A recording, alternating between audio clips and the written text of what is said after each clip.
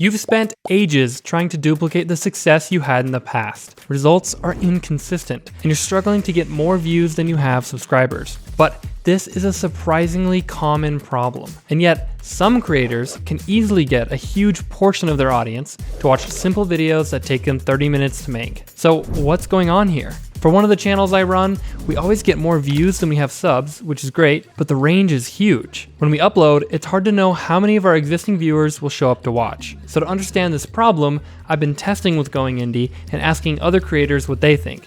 And I've come up with some answers that I think will really help. And in this video, I'll cover my findings across 4 parts. But first, some important context. Like I said in my last video, people come to YouTube for these reasons. And I used to think that connection was mostly for personality creators like Emma Chamberlain or Casey Neistat with a style of content not necessarily relevant to me. But I couldn't have been more wrong. Now, I'd argue that viewers will always want something they can connect with, no matter what channel they're watching. Because it's not like this is new behavior YouTube is responsible for. A great film will make you connect with the character. Oh, I'm feeling good today, Mikey. And that's something that can linger for a long time. You might be eager to watch this recently released short film featuring Carl Fredricksen because he left an impact on you 14 years ago. This concept of character can be directly translated to YouTube. Even though it might not seem like it, to a viewer, you are a character in the ongoing story you're telling. There are people out there who want to hear your story. YouTube doesn't need another Mr. Beast. It already has one. It needs you. People want your unique perspective and style. So if helping your audience find connection can encourage them to stick around, how then do you do it? Well, firstly, knowing your viewer is the foundation of any successful channel. Who are they? What are their interests? Their struggles? Their dreams? Why should they watch your videos? This goes way beyond surface level. Dive in deep to understand their psychology. The point is to find out what will actually bring them the most value. For example, I know creators who are intentionally not increasing their production value because they know that spending more time on fancier editing won't add value for their target audience. It might even reduce it. Instead, they double down on what the viewer expects to see from their character. This should be encouraging, especially for channels who don't have millions of subscribers, because it means you don't need a huge budget to make content that resonates. What you need is a deep understanding of your viewers and a commitment to delivering what they value most. Are people watching for the viral something you're doing? Or are they watching because you're doing something? Or maybe it's both. Because if viewers are drawn to your personality, your perspective, or your unique approach, then that's something you can utilize. On the flip side, if your viewers are drawn to a specific type of content, then it might make sense to do more of that. But there's a risk here. If an audience is just showing up to a channel for viral ideas only and don't really care about the person behind them, then they're consuming the videos as a product that's detached from who made it. And it's extremely difficult for a creator to be in a place where each new video is a more appealing product than the last. To me, it's not just about understanding what your viewers want to see. It's also about understanding why they want to see it. What are the underlying needs or desires your videos fulfill? Knowing these deeper motivations, you can create a body of work that resonates with them on a deeper level.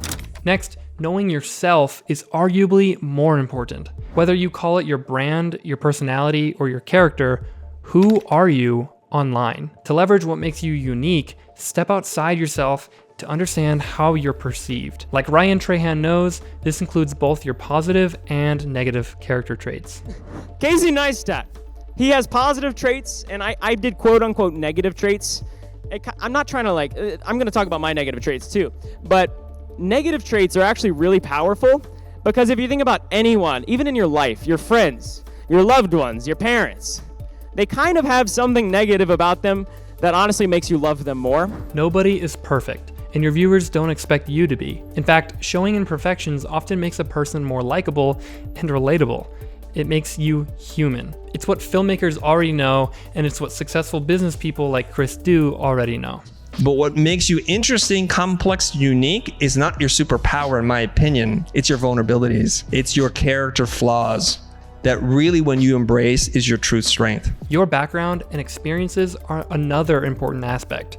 They shape your perspective and your content and help your viewers connect with you on a deeper level. Sharing your backstory allows your viewers to see where you're coming from and understand why you do what you do. Like a painting in a museum, its backstory adds way more value than what's on the canvas. We're having our talk here in a museum.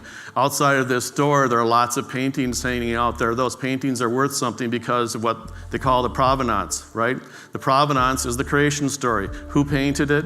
Where does it come from? Who owned it before the museum did? And that's why the painting is worth $1 million instead of $10. Your unique perspective brings a fresh angle to your content.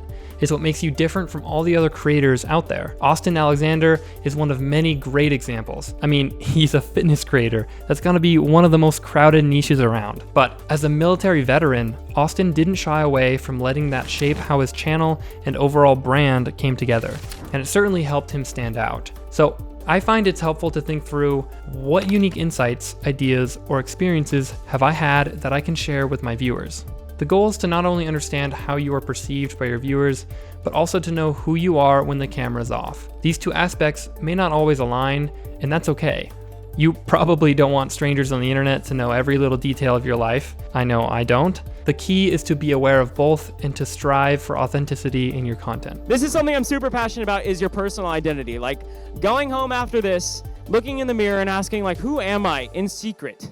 And I just think it's super, super important to establish sort of a base reality outside of your performance, outside of your job, outside of your work, because that allows you to be content, even if your performance falls. Understanding how you're perceived can help you tailor your content to meet your viewers' expectations while still staying true to yourself. And understanding yourself can help you create content that aligns with your values, your passions, and your strengths. Which brings me to the third part, tell your story. Storytelling isn't just a skill you can use to make better videos. Outside of your individual videos, there's a larger story being told. Where you've been, where you're going, and what drives you. You are a character in the story of your journey that's unfolding over the course of years. And knowing this can really help a creator build connection. When a creator tells their story, they give their viewers context. For example, if you go and watch a video like this by Mack. Who do you spend more time with? People or robots? Or this one from Mike Shake. In the past 2 years, I learned 92 skills, and wrong clip, sorry. They're entertaining, but in a vacuum without any context, there's not much to connect with. But if you first knew where they came from... I want to bring something new to the table. I love movies. I love cinematography. I love VFX. I love real, vulnerable, emotional storytelling, and I want to make something new. Not conforming to any meta, and actually tell stories that make people feel something. I quit my job, I sold my nice car, and bought a one-way ticket for Canada. Here I want to be clear, I'm not rich. I just have a few savings from my previous job. Listen, I'm taking a risk, and I'm acting without expectation. I really have no idea about what is gonna happen in 3 months, or 6 months, or 3 years. I don't know, maybe I'm gonna be homeless. Maybe this thing's gonna work, I don't know. Then all of a sudden, you're inclined to root for them. Raw moments like these are really underrated, in my opinion. Sure, they're usually not viral material since it's not some crazy video idea, but when the viewers who do watch them continue to follow the channel, the context makes them feel totally different about them, even if subconsciously. And context can even help you make better videos. For example, a musician can make a video about building confidence, told through her experience and her stories. This context adds credibility and helps a viewer digest the topic. But a video like this doesn't just have to be relevant to one person. Casey making a video on chasing a dream as a filmmaker doesn't just apply to filmmakers. But this was my dream. It can inspire millions to chase their dreams, whatever they may be. In a world where anyone can get practical, genuinely helpful advice and information from ChatGPT, creators have an opportunity to distinguish themselves. ChatGPT is an amazing tool, sure, but there's no soul and it's impossible to connect with. I believe that a creator's trusted and experienced perspective on a problem will always be more valuable than a neutral and soulless perspective on a problem. Okay, now the next part can be tricky, and it's to show up like a real person.